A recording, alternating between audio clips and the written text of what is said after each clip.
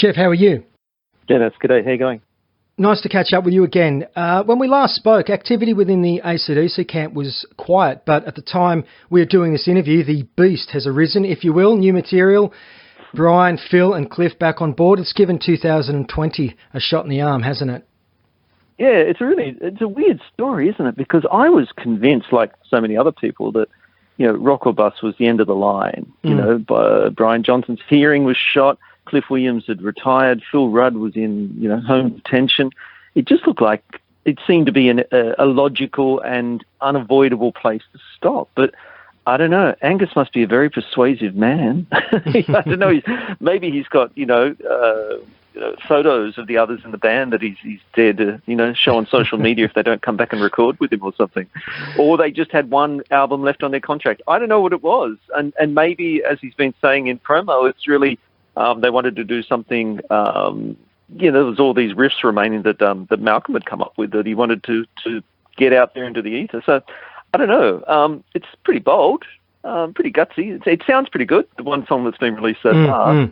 And inevitably, when, we're post-COVID, there'll be the, 3-year worldwide tour, which will outsell the previous 3-year worldwide tour. So it's an interesting... I'd love to know how he's managed to get everybody back into the fold. That's really interesting to me because, they seemed all very much at peace with just, enjoying their retirement. It's not like any of them need to work again, that's for sure. It did get a little dysfunctional with Axl Rose in there at the end. It is great that they can all, the core unit can get back together, and if this is the final album to to end it in a much more proper way. Well, that's a good point. Yeah, it did get a bit messy with Brian, didn't it? Too. There was this kind of lack of clarity about whether he was in the band or out of the band, and so on. So yeah, you got a good point. And I don't know, as long as this whole idea of it being in part a tribute to Malcolm is made clear, I think that's a very noble thing to do. It's a very decent thing for Angus to do. But I suspect the record's going to sound a lot like all the other records of the past 20 years. They don't deviate too far from the form, that's for sure. Mate, it's great to get you on the show again, and the reason for our chat is to look over your most recent book on George Young, titled Friday on My Mind. As a music fan, George Young seemed to pack so much into his life, and if I was writing a book on him, I honestly wouldn't know where to start. You've got his early life in Glasgow, the move to Australia, and subsequent success with the Easybeats, the songwriting and production partnership with Harry Vander, which includes stints in the UK and then Australia, and of course his guiding hand with AC/DC and other artists. Surely that must have been a challenge when beginning this project, just knowing where to start and how to structure the book. Yeah, it was more a case of what to leave out, to be honest. I've been talking, kind of half jokingly saying it's the third part of my accidental trilogy on the Young brothers. But it's true. Which is sort of true. Which is true. But it was, as I worked on books on Malcolm and Angus, it became abundantly clear to me, if it hadn't been before, that George was the biggest player in all of this and everything that you've just outlined. George was either the guiding light in the Easybeats, or he was the mentor / producer / guru with AC/DC. He left He left his fingerprints over so much music over a period of 30, 40 years. It's remarkable. So yeah, you're right. It's a big story. I managed to compress it into 300 pages. And there's a reason for that. George did not give a lot of interviews during his life. He was very rarely went on the public record. In fact, I found subsequently by speaking to Glenn A. Baker that even when George did some interviews with Glenn, he asked for him not to be directly quoted. He was very, very protective of his privacy and just didn't want to be a public figure. He had no desire spotlight, unlike, say, Angus, when he plugs in his guitar, you can't help but notice him. He's the center of attention. He really is this charismatic figure on stage. Well, George had no interest in any of that, not unlike Malcolm, actually, to be honest. Malcolm was another one who said, while I'm on stage, I'm happy to stand up the back. Well, George was one step beyond that. He would be happy to be standing side stage rather than on stage at all. So that made it interesting and a bit of a challenge because he just didn't talk a lot about his work, John Paul Young, when I was talking to him, said George was like a ghost. He'd just appear sometimes. You haven't seen him for 5 years, and then suddenly he'd just pop up somewhere. Like John told me that he was doing Dancing with the Stars, and he looked out in the audience and went, bloody, for years. And he said, just checking in with you, seeing how things are going. And that was sort of how he lived his life pretty much post Easybeats. From the 70s onwards, he was this very rarely seen figure in public, and which made it an interesting challenge for me. So the book is definitely talking more about the work that he generated than any kind of mysterious, arcane private life that he led. Although I snuck in a little bit there, like he was an art collector, and he was an inventor, and he was a mad soccer fan, and all these kind of things. So there's little tidbits of that, but he certainly knew how to keep his private life private, that's for sure. Just going on from something you did touch on then, and as many readers of yours will be aware, you've previously written titles on both Malcolm and Angus. One constant in both those books is the presence of Big Brother George, whose presence figured large in both their lives. I mean, it's fair to say that Angus still draws inspiration from George as he leads AC/DC through, the new album and other activities in 2020. Yeah, he's an unavoidable presence in everything that Angus and Malcolm have done, throughout AC/DC. And he gave them such great advice. There's a story that I relate in the book about when AC/DC first started out. I mean, Malcolm and Angus were huge fans of George's work with the Easybeats. They were so proud of their brother. They'd walk the streets of Burwood saying, "Hi, I'm Malcolm, I'm Angus, brother of George Young from the Easybeats." They made it very clear who they were. And when AC/DC first formed, or in the studio with George, they'd seen what George had done with the Easybeats. And if you look back over their back catalogue, they dabbled in everything, psychedelia, big ballads, classic, gut-level rock and roll, even ska, reggae and ska. Yeah, they were really all over the place. And Malcolm and Angus said, should we diversify? Should we try to be more than just a pub rock band? And this mistake we made with the Easybeats, it was too hard for people to relate to us specifically as one thing. And he was convinced that caused their downward spiral pretty much post Friday on My Mind. They didn't have another hit record really of the same caliber of Friday on My Mind. And he said the reason is we tried to do too many things. We tried to be too many things, and people just couldn't connect to us. Whereas you found your sound. You're one of the luckiest bands in the world. You found what you're really, really good at, and don't waver too far. And as history's proved, almost 50 years down the line, it's still the same sound, just a bit, better produced, a bit beefier, obviously, but it's really essentially the same thing they were doing back in Albert's studio in 1974. You've no doubt been immersed in the world of George Young, at least for the past 18 months or so. What did you learn about George, the man, away from the well-known persona of musician / songwriter / producer? Yeah, a lot of what I said before about him being, the most private man in rock and roll. A friend of his that I interviewed for the book, a guy called Brian Lee, he was really useful. He met George when George had arrived at the Villawood Hostel. He was a kid with a heavy Scottish brogue who didn't know anyone, and he was really an alien. He was a stranger in a strange place. And Brian lived nearby, and he just, like a kid, he just liked hanging out at the hostel. There were lots of kids there. There was always something going on. There might be a band playing. There might be some kind of activity. So a lot of local kids would hang out there, Stevie Wright being one of them, of course. And he said he used to take George around, and he stayed friends with him for most of his life. And he said that George, even as, this incredibly famous person, he's the guy who co-wrote Friday on My Mind. He was the Easybeats. He worked with AC/DC. He'd meet people, and he'd make a very obvious point of not telling them what he did. G'day, I'm George. And he'd say, I just mess around with things. And it's like, why do you do that? And he said, because I'd rather someone find out who I am of their own volition. I don't want to be the guy selling me, saying, I'm George, and boasting about my achievements. And I thought, that's the first time I've ever heard a rock and roller say something like that. It's amazing. He was, as I said before, he was like this ghost. He just wasn't interested in celebrity in any way, shape or form. I think he'd been really, a couple of things really put him off that. One was, and it's very similar to what happened with the Beatles. When the Easybeats would play, there'd be screaming, there'd be mayhem, there'd be stage invasions, and they couldn't hear themselves on stage, and they certainly weren't going to get better as musicians playing live. That's an absolute carbon copy of what happened to the Beatles. Later on, or in fact about mid-career, the Easybeats were in the UK, and George was talking to an Australian journalist, and he said something, and I'm paraphrasing, he said something to the effect of, it's important for us to be here because this is where the best stuff's happening. And it was taken as a slam of Australian music. It was a backlash. Which it absolutely was not. Yeah, there was a big backlash, and George had to make an apology and so on. All he was saying, and he was stating the absolute bleeding obvious, if you're a rock pop musician in 1966, where would you want to be? Of course you're going to be in London. It's The Who, it's Kinks, it's the Beatles, it's the Stones, it's Small Faces, it's everybody.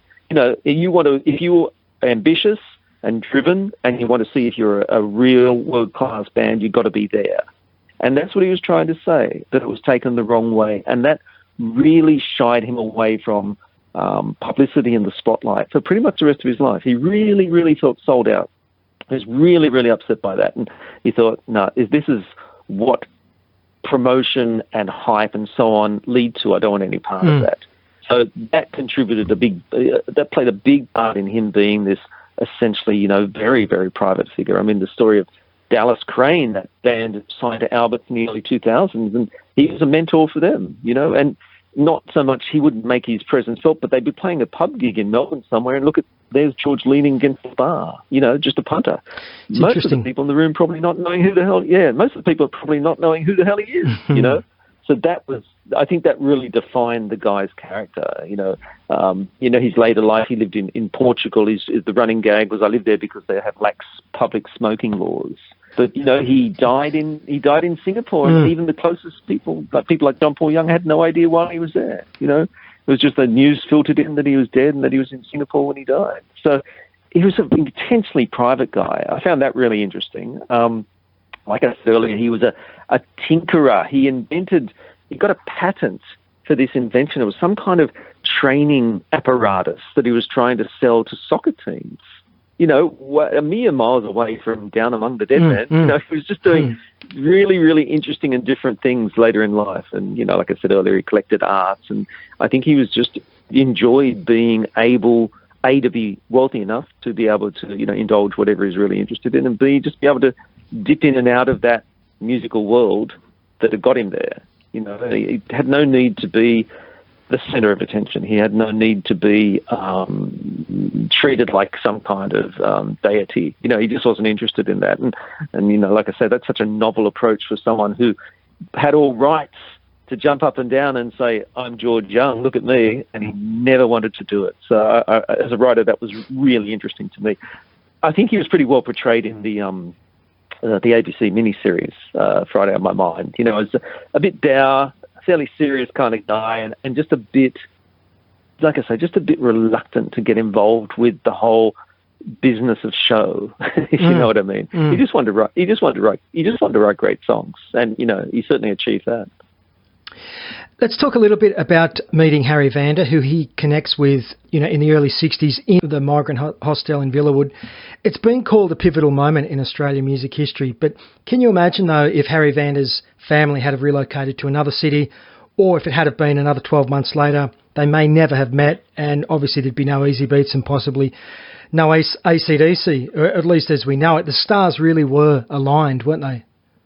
Oh, yeah, perfect storm. And not just on the meeting. I mean, the situation was Harry was, if you took George's situation, I described him as a stranger in a strange place, an alien. We'll add to Harry's complication is that he didn't speak much English. So he was really alone. And the story, and it's true, is Harry's in the laundry room strumming his guitar, and George wandered in. And George had interest already in playing in bands. His big brother Alex had stayed in the UK specifically to pursue a musical career with his band called Grapefruit, who, while they didn't have any great hit records, they signed to Apple, which is no bad thing. You know, they actually did pretty well. So George had musical ambitions already at that point. And he saw Harry. He's like, oh, who's the guy playing guitar? He's really good.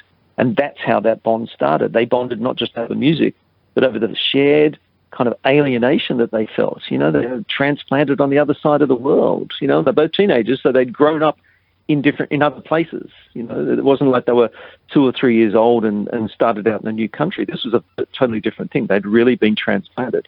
So not only did that happen, but at the same time, Ted Albert, who's the head of the Albert's music empire, who to that point had made their fortune selling musical instruments and sheet music, he wanted to take the company into the area of recording and producing. He wanted to find original artists, because the Beatles had proved to the rest of the world that you could write and record your own songs and have incredible success. Up till then, a lot of artists that had been, the front man of the band, even here with, Billy Thorpe and the Aztecs, the earliest version of them was Billy up the front and the band up the back. And, you had these kind of classic frontmen who were recording other people's songs. Ted Albert wanted to go beyond that. He wanted to find artists that could write and record their own songs. And that's what Harry and George started doing almost immediately. So, and when Ted Albert was introduced by Mike Vaughan to the Easybeats, like I say, it was this perfect storm situation. That's exactly the band I need. And these guys were experienced. Harry had played in a band in the UK. Snowy Fleet, the drummer, he'd played in bands in Liverpool. I mean, he knew Paul McCartney. George was this budding songwriter. Stevie Wright had already played in other bands and was this, already this live wire presence on stage. And Dick Diamond, well, his parents let him practice in the back shed. So, he had some usefulness too. So it was just, everything just kind of gelled perfectly, from Harry meeting George, from them meeting Ted Albert, to Ted Albert needing a band that wrote original songs, to the Beatles exploding in Australia in 1964 when they toured here. Everything was primed and right just for our own first original band, and that's what the Easybeats were. So, yes, so many things aligned. It might have been in the stars, it might have been, who knows, maybe there's some ley lines going through Villawood, who knows, but something perfect happened that all these things coalesced. And within, 18 months of arriving in the country, George was suddenly, at the centre of this crazy, easy fever, Which is astounding, isn't it? It's such a short space of time. It's such a meteoric rise, and it must have done his head in completely. I mean, he was barely out. He was still in his teens when all this exploded. It must have been such a shock to the system. As a side note, and I find with AC/DC, there's always that 6 degrees of separation thing to be found. Before Stevie Wright, there was another singer who briefly fronted the band called John Bell. He goes on to front an outfit called The Throb. Now, music fans would be familiar with their 1966 radio hit Fortune Teller. On bass in The Throb is Danny Burgess, who is the brother of Colin Burgess, later, of course, of Masters Apprentices, and in early 74, drumming for the Dave Evans front at AC/DC. It all ties in one way or another, doesn't it? Wow, yeah, that's amazing, isn't it? Yeah, the family tree of AC/DC, and of course now it extends through to Stevie Young taking the place of Malcolm, nephew Stevie. So, and also, their Easybeats roadie was Sam Horsburgh, who's, I think his son went on to work at Albert's and work with AC/DC as well. It's a very big clan, I think is the best way of describing AC/DC or that entire young Albert's AC/DC world. Yeah, I think once you're in for good. And once you're on the outer, you're not coming back. Jeff, there are several things I picked up in your book. I'd always heard that there was a Bee Gees connection early on, yet you tell this amazing story of a very young Barry Gibb sitting with George on the grass outside the hostel playing guitar together, which I just think is an amazing story. It's an incredible scene, isn't it? It's sort of been 63, 64. The Bee Gees are a thing now. The Bee Gees are actually a performing, recording act.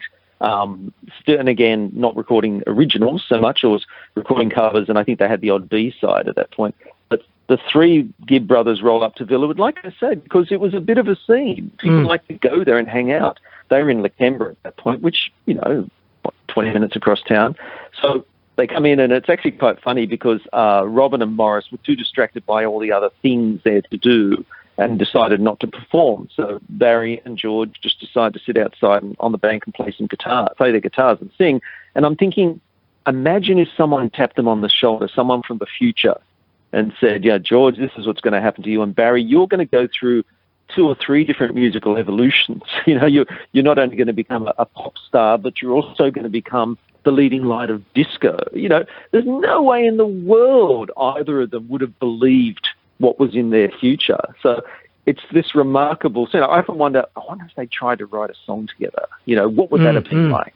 And I wonder if their paths must have crossed later in life. I wonder if they ever recalled that moment and thought, we would have no idea. We would have just shaken our heads if someone had said to us how significant role we'd play in music for the next, 40 years. So yeah, it's an amazing scene, and it's really quite poignant. It's really poignant, almost as poignant as George sitting down with Harry in the laundry room. I did just want to talk about the band's very first release titled For My Woman. It's significant as I believe it's the first song written by George to get an official release, co-written with Stevie Wright, whose vocals I think on that song are superb. It got to 33 on the local charts, and it is a solid first outing. Not bad for a couple of guys who I think were only about 19 at the time. Yeah, it's a pretty good first effort, isn't it? When you think, the Beatles, what was their, Love Me Do? It's an okay song, but this one had something that was really raw. It is. Really raw.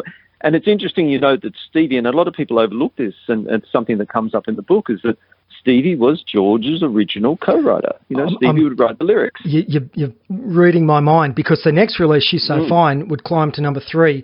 That was the one which really started the ball rolling for the band. And again, as you've just said, co-written with George, by George and Stevie.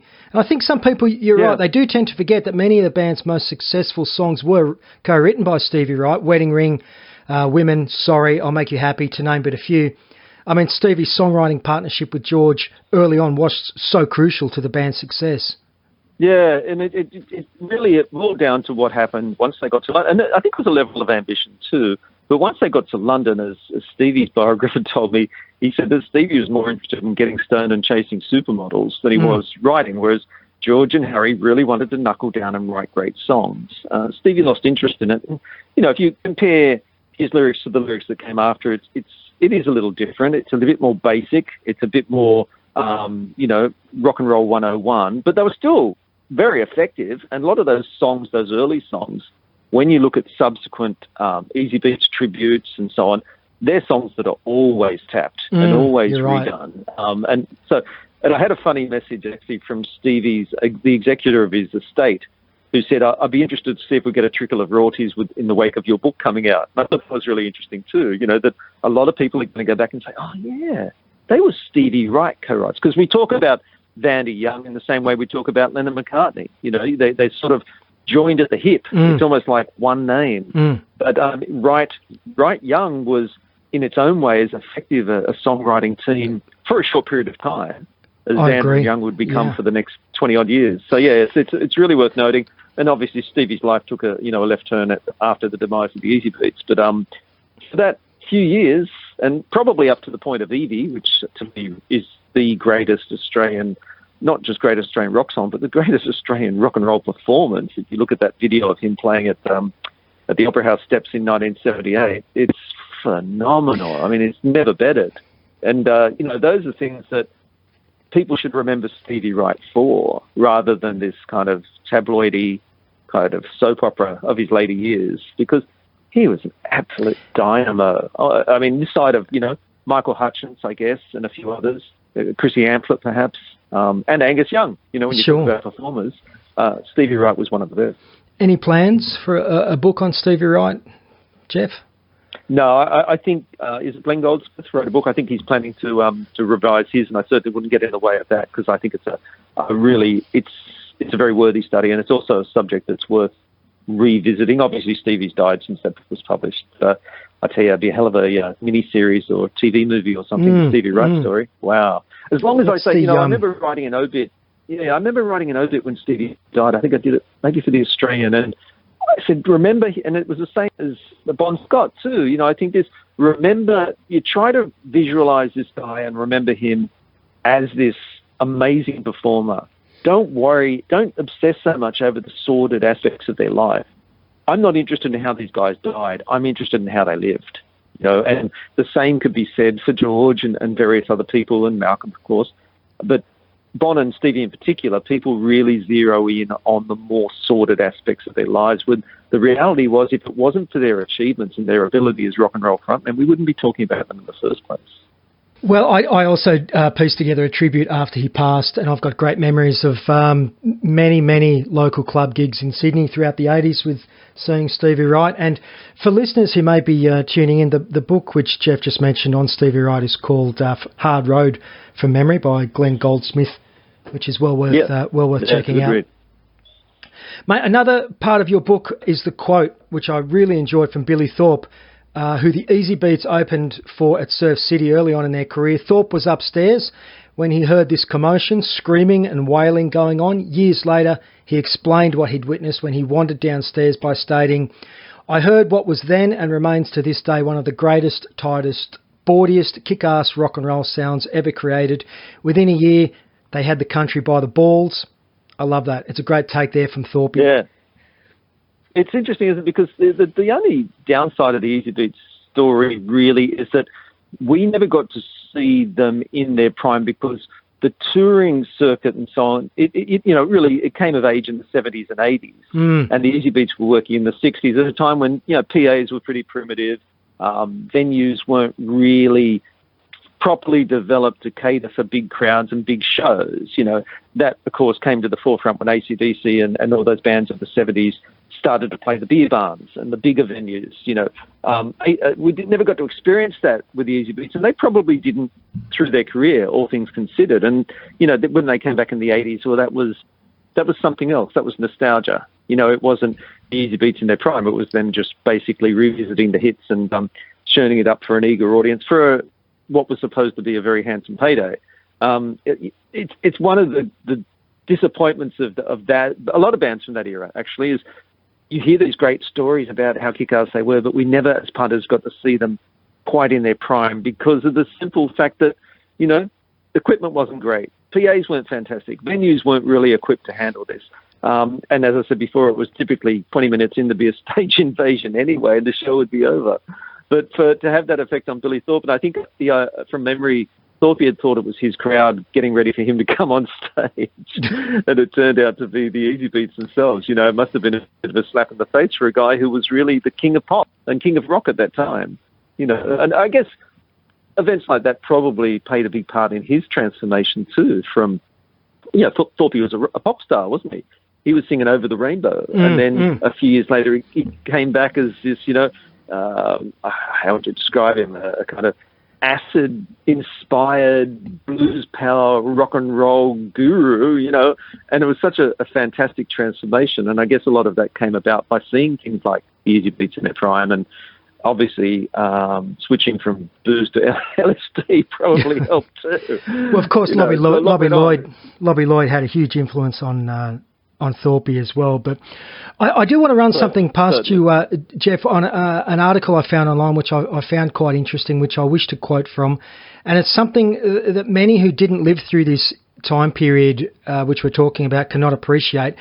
It states that apart from, the likes of, say, Johnny O'Keefe, and to me, I'd add somebody like the Purple Hearts, who were quite obscure at the time as well, but you had the Atlantics with Bombora. Essentially, before the Easybeats, who were following in the footsteps of the Beatles and the Stones, the rock and roll scene in this country really was quite bland. You had Cole Joy, I'm trying to think, Laurel Lee, Sandy Scott, the Deltones. Bandstand, remember, which was pretty much a copy of Dick Clark's program in the US. So essentially there was a whole generation of teenagers who were hungry for a band like the Easybeats, wasn't there? Yeah, absolutely. Yeah, mostly it was pretty derivative stuff. And like I said before, one of the key elements was that no one was doing originals. They might have thrown one on the B-side somewhere, but they were really, it was such a conservative market that they'd take existing hits from the States and just re-record them and release them here as their own. It was a very bland kind of vanilla, and even on the radio as well, of course, pre-Beatles. What are you listening to? Frank Ifield? It was pretty vanilla. I think Cardigans were very popular. It was pretty bland. Yeah. But like I say, once the Beatles hit and they showed that you could write original songs and make them hits and play it, obviously they played with such verve and energy, and it was just so exciting to watch them. I think that was such a turning point. And the more research I do into it, and the more I write, it's almost like every person I've written about, every Australian act that is, went to see the Beatles in 64. The Gibb brothers certainly did. Malcolm and George and perhaps even Angus went to see them. John English, John Farnham, Glenn Shorrock. John Brewster went. Yeah, there you go. You name it. Everybody was in the crowd and they all walked away and went, that's what I want to do. I don't want to do, in the Bee Gees case, wine and women anymore. I want to do my own material. I want to write Spicks and Specks. And it was it played such a huge role in George and the evolution of the Easybeats, of course, but dozens of other careers were really kick-started by that because it just changed everything, you know. No longer was it Tin Pan Alley and the Brill Building supplying songs for these people or doing, you know, kind of lame covers of overseas acts. And no longer was it a guy out the front of a band, you know. Look at all those bands before. It was always someone and the, you know. It was never a group, but the Beatles were a group. You know, the Easybeats were a group. And a lot of the people you mentioned, they were groups. They weren't just a front man with a backing band. So that's how it all changed. And you know, so much of it, I often wonder if the Beatles hadn't toured here, what would we be talking about, Dennis? I wonder. It's a good point, but there's obviously so much history to cover in your book, and there's not enough time. But I do want to point out a couple more things. In '67, the Easybeats did a 27-date US tour supporting Gene Pitney. One would expect that this would have introduced the band to new fans at key cities, but I learned through your book that the tour seemed to take in a lot of minor cities. The audience has found us weird, commented George. Friday on My Mind had climbed to 16 on the US charts, but you write that as far as the US was concerned, the Easybeats were a one-hit wonder. Is it fair to assume that the major success in America, which ultimately eluded them, bothered George? I think, certainly came away disappointed, no doubt about it. A lot of that is what I touched on earlier, is that, you know, to the American audiences, they couldn't quite work out what this band was, because by that time they'd be covering River Deep Mountain High in their sets and, you know, doing quite unusual things that was a million miles away from Friday on My Mind. I think a lot of it stems back to management, and this is, I mean, it's fair to say that what they should have done, and you see it in a lot more recent acts, is if they decide to take on the world outside of Australia, they get a big management company, either a US or a UK-based one, that has experience.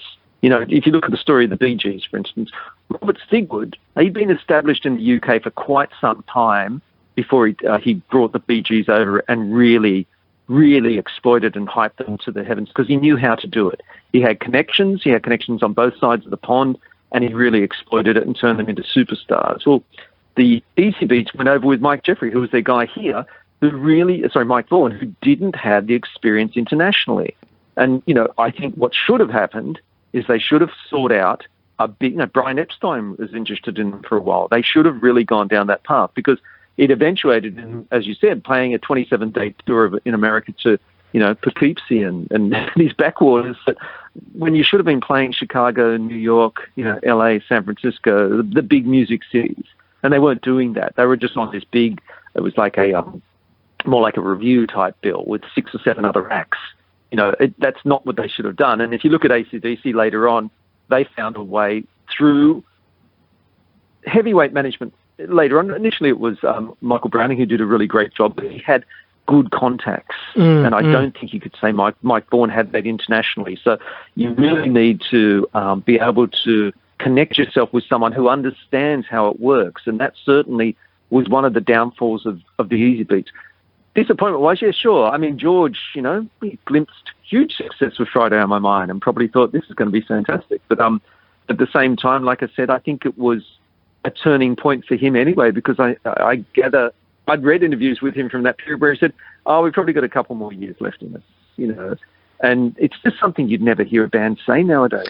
You know, it was popular with 60s bands, wasn't it? You know, the longevity was 2 or 3 years. Yeah, imagine talking to Bono in 1985 and him saying, might make it to 88, you know. It was never going to happen. It just became a different thing altogether. Yeah, sure, I'm sure George would have loved to, you know, fill Madison Square Garden, but it was never to be. There are a couple of great Beatles-related stories in your book. You just mentioned Brian Epstein there. A well-known one is that in '68, Paul McCartney was driving along a motorway somewhere in Britain when, was it Good Times? Was it over his car radio? Yeah. Macca stopped, jumped out. Yeah, he rang the BBC requesting them to play the tune again. I didn't know that following the success of Friday on My Mind, the band visited Epstein's house and later they spent time with Paul at his St John's Wood residence.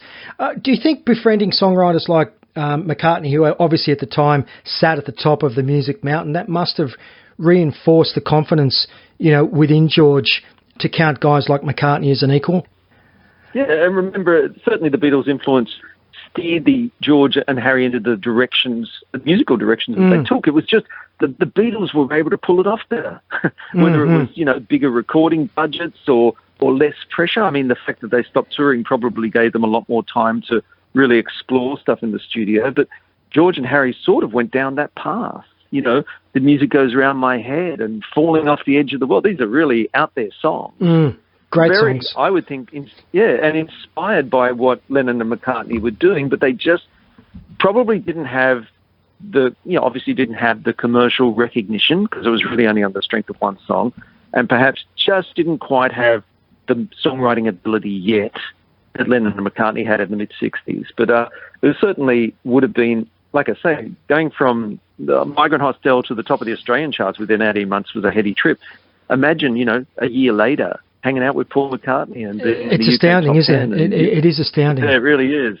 But it did, at the same time, expose George to a lot of the stuff he didn't like. Like I said before, hype, spotlight, all that stuff. It just didn't seem to do anything for him. He described their live shows as us getting up on the stage and shaking our bums for 20 minutes and then running away trying not to get killed. It's, for a serious musician, an up-and-coming musician, it was hardly fulfilling, that's for sure. But, yeah, he certainly lived a rich life, no doubt about it. Rubbed shoulders with some pretty amazing people. And, if you look at the simple fact that Springsteen would come to Australia, in 2014 and start his shows with Friday on My Mind, that says how big and long-lasting the impact of that song in particular had been internationally. I mean, it was huge, Yeah, Bowie covered it, So many people were inspired by that song beyond simply Australia. It's remarkable. It's just one of those songs that if you plucked, the 20 greatest hits of the 60s, if it's not in the top 20, it's certainly on the reserves bench, that's for sure.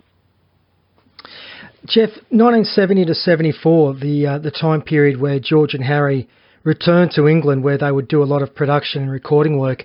It really is a crucial chapter in both their careers, isn't it? I mean, projects such as Paintbox, Moondance, Grapefruit, via all these musical projects, they were really fine-tuning their skills, weren't they? Yeah, I mean, it was a sort of an obvious next step from what they were doing as co-producers and writers with the Easybeats later material anyway. George called it the 4-year binge, and I love it. They put together this sort of ragtag group of musicians, which included his brother Alex, in fact, and people who went on to really successful careers, like Phil Pickett, who was in the band Sailor, and there was another guy who played in Steelers Wheel. These were good musicians. These were people who went on to successful careers. So it was always like a low-rent wrecking crew, if you like. They got together and George and Harry would write the songs, and if someone wanted to come in and record one of those songs, they'd do a publishing deal and they'd co-produce it themselves and they put it out there. The funny stories, there's so many funny stories from there, but I love the fact that what George wanted to do was flip the whole idea of a rock group, if you like, on its head. With the Easybeats, they formed, they had hits, and then they spent the next few years trying to sustain themselves, trying to write more hits, trying to keep it together, touring and so on. George said what we wanted to do was record a song, and if it became a hit, then we'd form the band. Now, they didn't have any significant hits during that time, despite writing some great songs, but there was a point where they went, well, we need different people for the front cover of the singles, so they just go down to the local pub and they just say, look, we need 4 guys. Anybody want to come and pose for a photo? And once they got 4 West Indian blokes to pose on the front of a record that was very clearly not made by West Indians.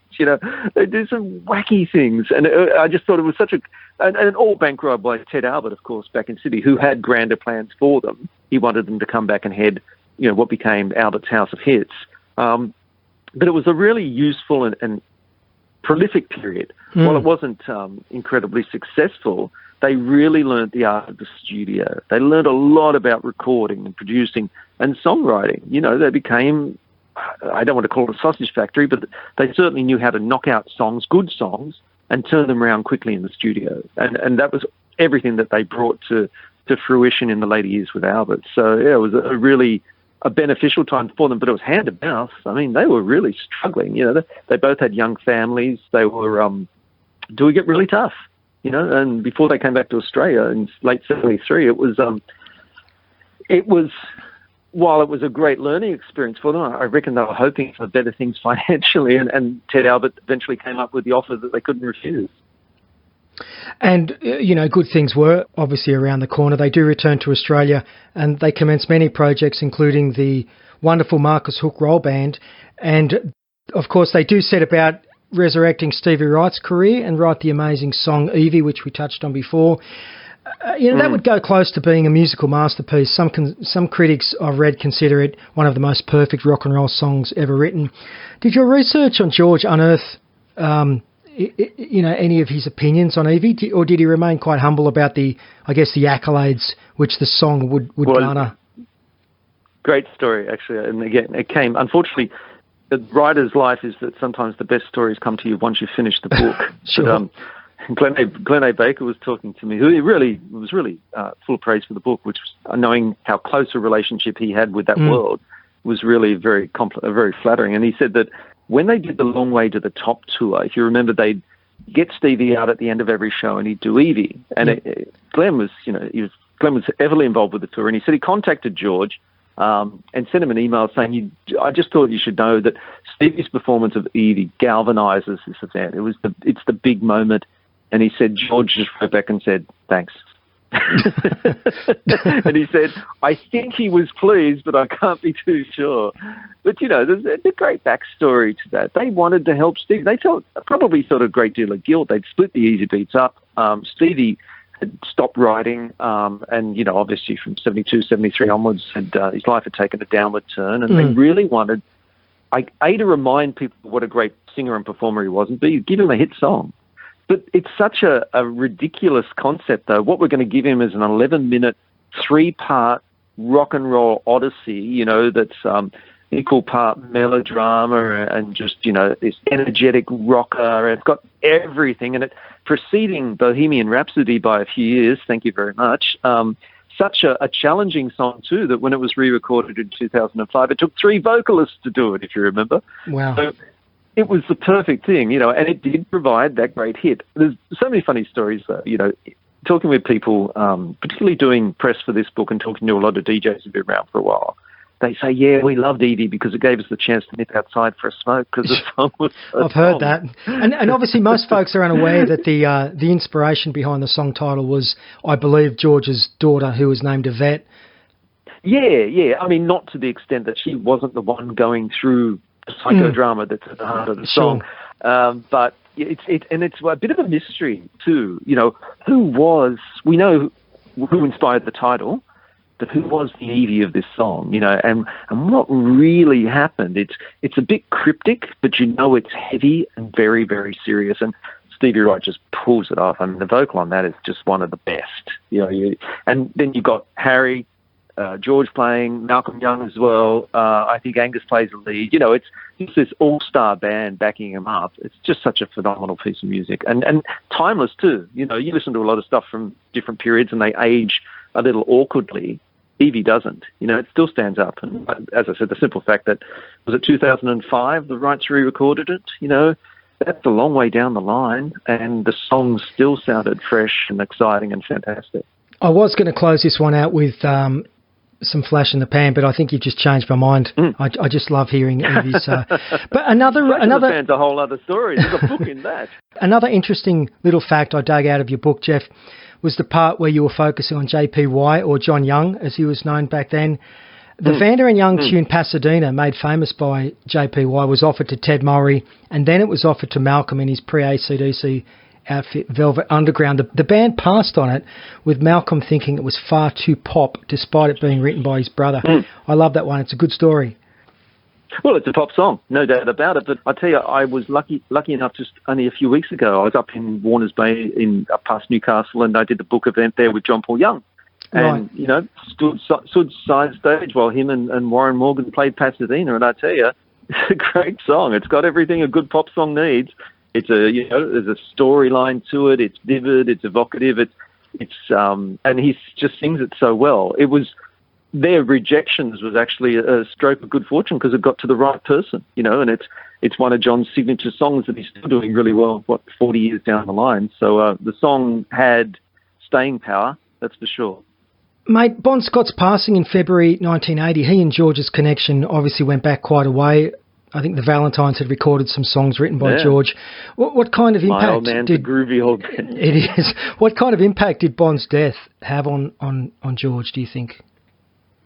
Oh, it's massive. I mean, the simple fact they took out a full page tribute to him, and I think Ram, or one of the rock rags at the time, really said that, how deeply felt. And George, he was part of that journey to find the right singer for AC/DC when they started out with Dave Evans, and it started to become apparent that he just wasn't quite the best fit for the band. George was actively involved in that search, and he'd known Bon through the Valentines. He knew that, he could sing rock and roll, even though the Valentines were pretty much a bubblegum pop act. And, Bon had gone through that whole fraternity phase as well. But, yeah, his loss, I would venture to say that the same feelings that Angus and Malcolm had at Bon's death, A, personally just devastated, and B, what the hell's going to happen to the band? I'm sure that George went through the exact same set of emotions, because he was as invested in AC/DC as his brothers were. I think it was Clinton Walker said that AC/DC was George Young's revenge, for everything that didn't happen right with the Easybeats. Well, he was deeply invested in what was happening with them, and they were on the point of, huge success. Highway to Hell had been a great record. I think if I'm not mistaken, at the time of Bon's death, the record had just ticked over to platinum sales in America. All these things were really starting to happen for them. And it wouldn't have been outside the realm of possibility that it all would have just ended there. How do you replace Bon Scott? Well, they were lucky. Bon had, in fact, tipped them off to Brian Johnson when Fraternity were in the UK, and they'd changed their name to Fang, and they were trying to be a bit of a glam rock outfit. And they actually supported Georgie on the show. And the story goes that Bon stood in the wings while Brian Johnson picked up the guitarist, put him on his shoulders, and ran him around the venue. And Bon thought, I'm going to file that one away. That looks pretty good. And so he knew this guy, knew he could sing. But it is fair to say that, with all due respect to AC/DC post Bon Scott, their lyrics, the storylines have never been as much fun as they were or as insightful. They've never written another Long Way to the Top or Highway to Hell, that's for sure. So, but they were still poised at that point, and it's a very rare thing where a band goes through. You can say this with all due respect to other players in the band, but you can lose a drummer, you can lose a bassist, but to lose a vocalist, a frontman, that's a huge blow. That's a massive blow. Look at what happened to In Excess post Michael Hutchence, So, but somehow they managed to regroup and become, even bigger, massively bigger than they probably ever imagined. Back in Black is still a benchmark record, isn't it, for rock and roll the last 40 years, and probably still selling handsomely. Yeah, but George would have felt that loss just as deeply as Malcolm and Angus, no doubt about it. Well, 6 years later, in late 86, there is an Easybeats reunion. I found an article online whilst researching our interview which mentions how excited Stevie was to do it, yet George had reservations, and I quote, "You get the feeling that some things should be left as memories." Yet he also said, "There's a lot of people out there who want to see the Easybeats, and this is probably the last chance we'll have to do something like this. Now that it's on, I'll give it my best shot." And some interesting quotes there from George. Jeff, the period of 86, George Young was reclusive and hadn't played live for some time. What's your take on that reunion? And do you think it was challenging for him to get back in the Easybeats mode?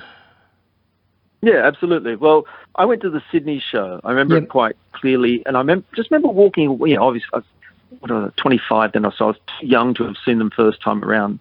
But I remember thinking, this just doesn't feel quite right. I remember them rushing through songs and Stevie Wright doing really kind of odd in-between song banter on stage, and it just felt a little bit off. It's really, I wasn't writing about music at that point, so I probably didn't have the tools to really explain what was happening, but it didn't feel quite right.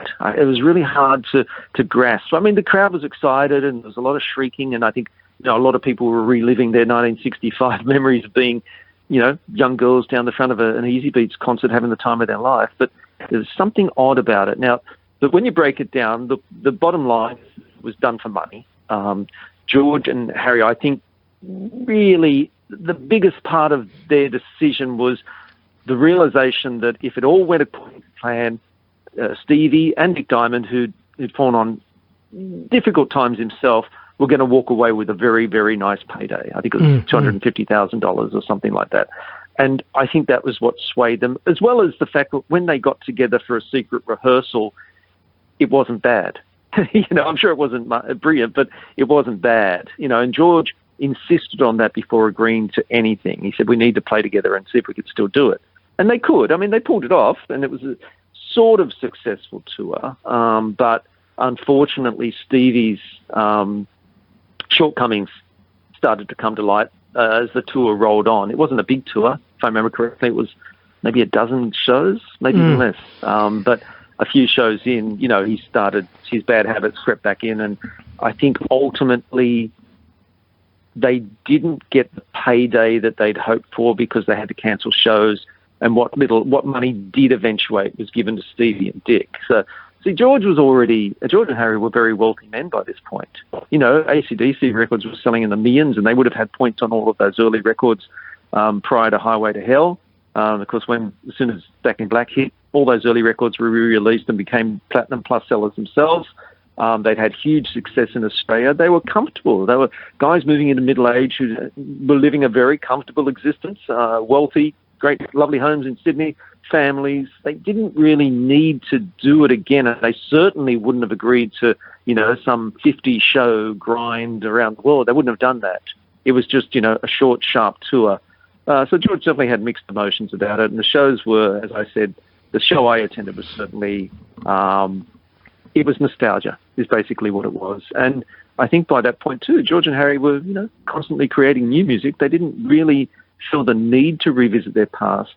The only, like I said, the huge motivation for it, the major motivation was to get some money for these guys.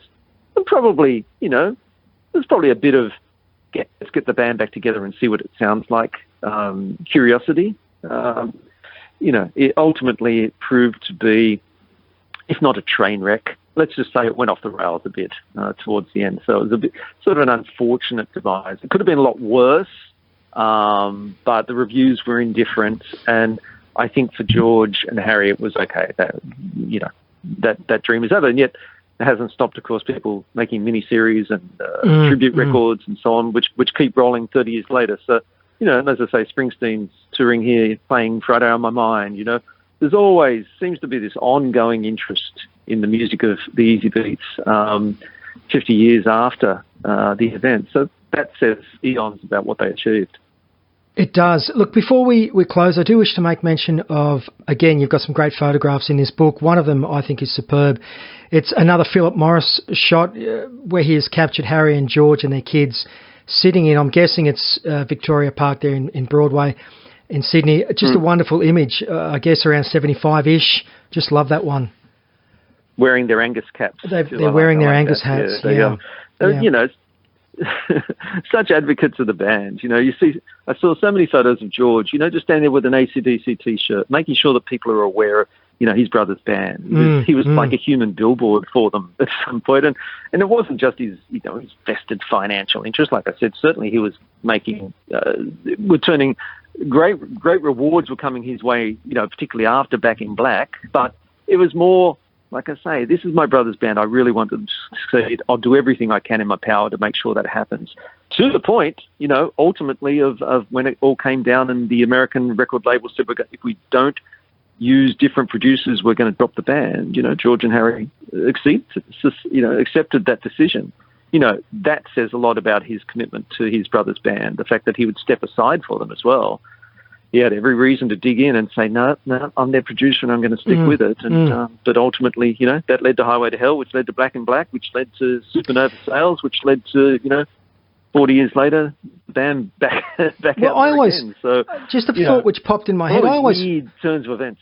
I always found it interesting, Jeff, that from the very start of AC/DC's career, George and Harry, were quite content to remain in the producer's chair. I mean, they could have thrown songs towards George's little brothers, yet didn't. And obviously, the bulk of that material is for the most part made up of, Young and Scott compositions. I guess they did that to help to give Angus and Mal the drive to go forward. Yeah, that's a really good point, actually. I hadn't never considered that. But, George would occasionally sit in on bass, and he certainly played on some of the early recordings. But Yeah, I guess it was a vote of faith doing them. You guys develop your own thing, develop your own songs. I assume he would have. They would have thrown stuff at them, but obviously there was no credits given. He was pretty busy throwing them in other directions. Sure. John Paul Young, William Shakespeare, sure. You name it. Ted Mowry. Every act that came into Albert's were basically recording Vanda Young songs. Yeah. There's an interesting sort of thought bubble, isn't it? What would a Vanda Young song as recorded by AC/DC have sounded like? That's really intriguing. Particularly early on, the first two albums, I'm always surprised not one of their songs made it on either of those records. But, mate, we'll just talk about Flash in the Pan, and then we'll finish up. Many Australians only know Flash in the Pan pretty much for Hey St. Peter and Down Among the Dead Men, yet it was in Europe, really, where they tasted most success. That 1982's Waiting for a Train entered the UK top 10. It also charted in Belgium and the Netherlands. Some of Vanda and Young's most intriguing work can be found in the Flash in the Pan material. There's a track from memory from 1980 called Lights in the Night, which is a great example of that. 6 albums, I think they ended up doing, the final being as recently as 1992 they did an album. I think that project must have been an enjoyable creative outlet for them both. What do you think he enjoyed about Flash in the Pan? Freedom to explore, maybe? Yeah, absolutely. Initially, there were no commercial expectations whatsoever. These were just songs that, Hey St. Peter, Down Amongst the Dead Men, and so on, were songs that they couldn't quite place with other singers in the Albert's roster. And Ted Albert, I think it was, suggested, well, why don't you guys have a crack at it?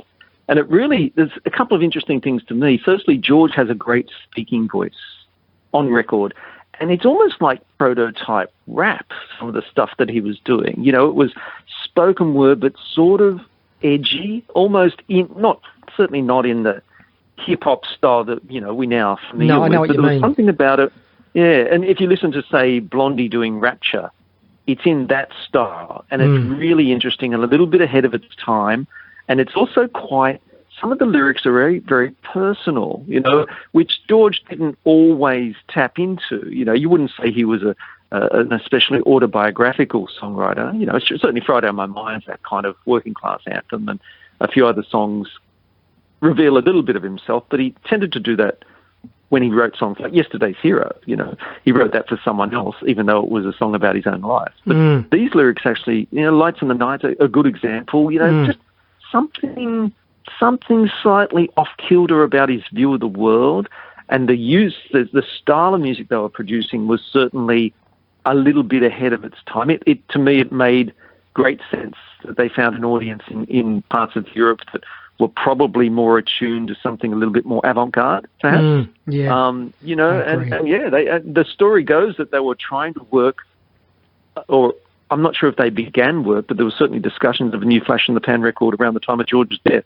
So I think he was considering that as his last project, So I'm still trying to ascertain whether they actually got into the studio and did anything, but it was certainly mooted as, the last thing that he and Harry were going to do together, which would have been very fitting and very poignant and really intriguing to see, as men in their 60s, what they would have done, where they would have taken it. But yeah, Flash in the Pan was certainly just slightly ahead of their time in some ways, because they certainly influenced a lot of bands that came after it. And of course, there's the great song about, Hey St. Peter almost never happening at all. In short strokes, Herm Kovac from the Ted Mowry Gang was a budding producer. George loaned him a sort of partly working 8-track recorder. Herm took it home, played. He said, it's just an empty tape on there. Don't worry, you can just reuse it. And he played it just to make sure, and he said, I don't know, it sounds pretty good to me. He rang George, and George said, well, no, he said, just tape over the top of it, doesn't matter. And he said, well, it's got a bass line, it's got drums, it's got a loop, and there's a lyric about something about St. Peter. And George going, no, just erase it. And Herm knew the Youngs well enough to know that the best approach was to just let it sit for a day and then try again. So he called him back. And he said, George, you sure? George, there was a moment's pause, and he said, can you bring the tape in tomorrow to the studio? And, of course, it turned out to be most of the parts of Hey St. Peter, and turned, one of their biggest hits. So the song almost never saw the light of day whatsoever, and purely because Herm hung in there and thought it was too good to lose, that the song actually came to life. So, love it. There's my job leads you down all these interesting little, rabbit holes, and you come up with stuff like that. It's just gold. Good. It makes the job worthwhile. Mate, we could talk forever about the great George Young, but I am going to finish up. Thank you once again for coming on the podcast. I think George Young is a once-in-a-generation type songwriter and musician. His legacy and influence will always loom large, especially over the Australian musical landscape. I think you've done a wonderful job in getting much of his story down in print, and I highly recommend Friday on My Mind. It's a very enjoyable book and a great resource for any music fan. No, thanks, Dennis. It's always great to speak with you. Thanks for your time. Before you go, Jeff, every guest gets to choose a song by an Australian band. A Vanda and Young composition seems appropriate for this show, but I'm not putting any pressure on you. It's entirely up to you. What would you like to choose and why? St. Louis, the last Easybeats single, because it was one of the first records I ever bought as a kid on 45. I've got it buried away somewhere. I'm sure I've still got the original of it. And it's just a great song, the hit that never was. The hit that never was. Wonderful. We'll close out with that. All the very best, mate, and please keep in touch. I will, absolutely. Thanks, Dennis.